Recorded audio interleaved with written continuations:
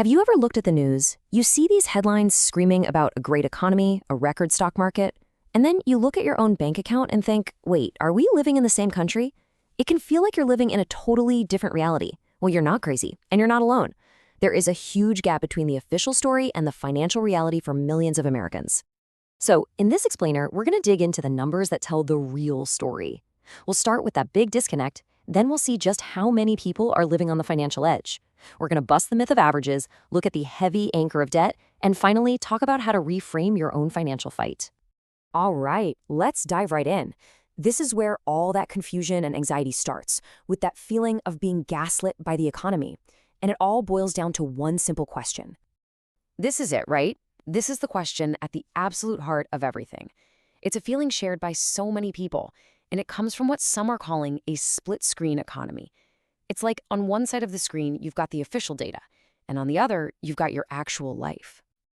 And here is that split screen in action. The headlines tell you a story of success, of prosperity. But for a massive chunk of the country, the reality is just a daily struggle.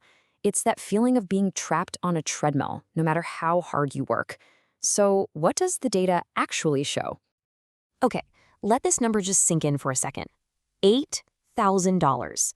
That is the median bank account balance in America. To put that in perspective, you're one bad car repair, one medical emergency, or a couple months of rent away from zero. And remember, median means half the country has less than this. Not 80,000.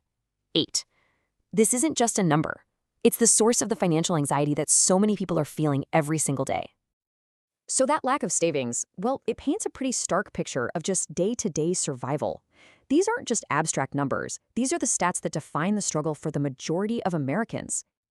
Take a look at this. 2/3 of the entire country. And you know what's really wild? This isn't just a low-income problem anymore.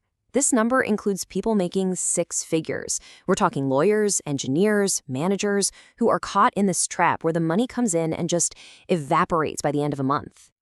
And you know, it gets even more precarious. Nearly 1 in 4 people have absolutely nothing set aside for an emergency. Not a little rainy day fund, not a small cushion, zero. A flat tire isn't an inconvenience, it's a potential financial catastrophe. And here's the long-term result of all that constant present-day pressure. Over half of households, they aren't planning for the future. Why? Because they can't afford to get through the present. Saving for retirement feels like an impossible luxury when you're just trying to pay for rent and groceries. You've probably heard on the news that inflation has cooled off. And yeah, the rate of increase might have slowed down, but let's be real. The damage is done. Prices are about 25% higher than they were just a few years ago. Now let me ask you, did your salary jump up 25% in that same time? For almost everyone, the answer is a big, fat no.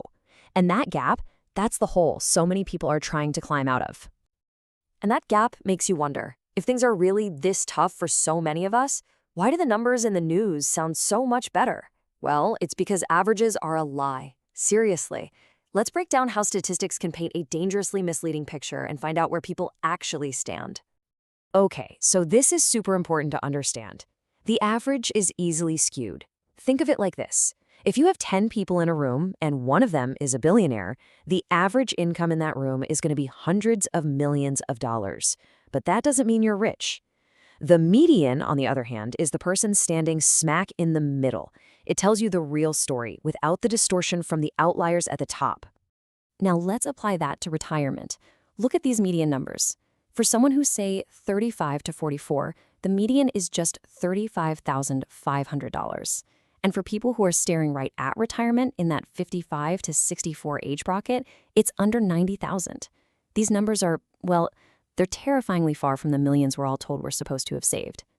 And this right here, this just perfectly illustrates the whole trick.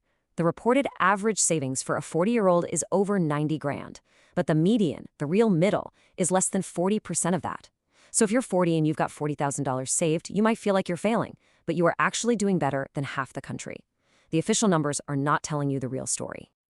Of course, what you've saved is only half the equation. The other half, that's the massive weight that's pulling people down. Debt. This is the anchor that makes it feel absolutely impossible for so many to get ahead. Just look at this breakdown. You can see Gen X is carrying the heaviest load, and it's no surprise, really.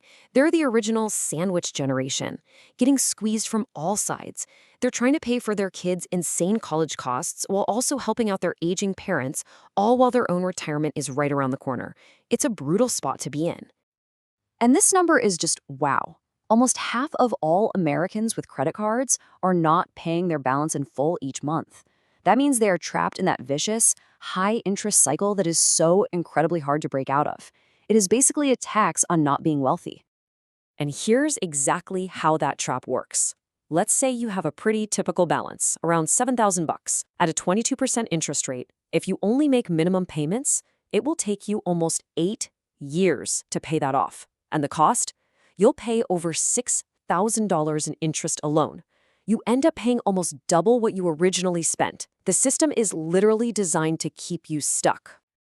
Okay, so the numbers are harsh. The system feels rigged. It's really easy to just feel defeated. So what do? Let's acknowledge that reality, and then let's pivot to a new way of thinking. One that's not about impossible comparisons, but about what you can actually control. This right here is the current personal savings rate. And yeah, it is alarmingly low. But this is not a story about millions of people being irresponsible. People aren't choosing to save less. They are being absolutely crushed by the basic math of modern life. They simply cannot afford to save more. And this right here, this might be the single most important takeaway from all of this. I want you to really let it sink in. If you are struggling, you're not failing.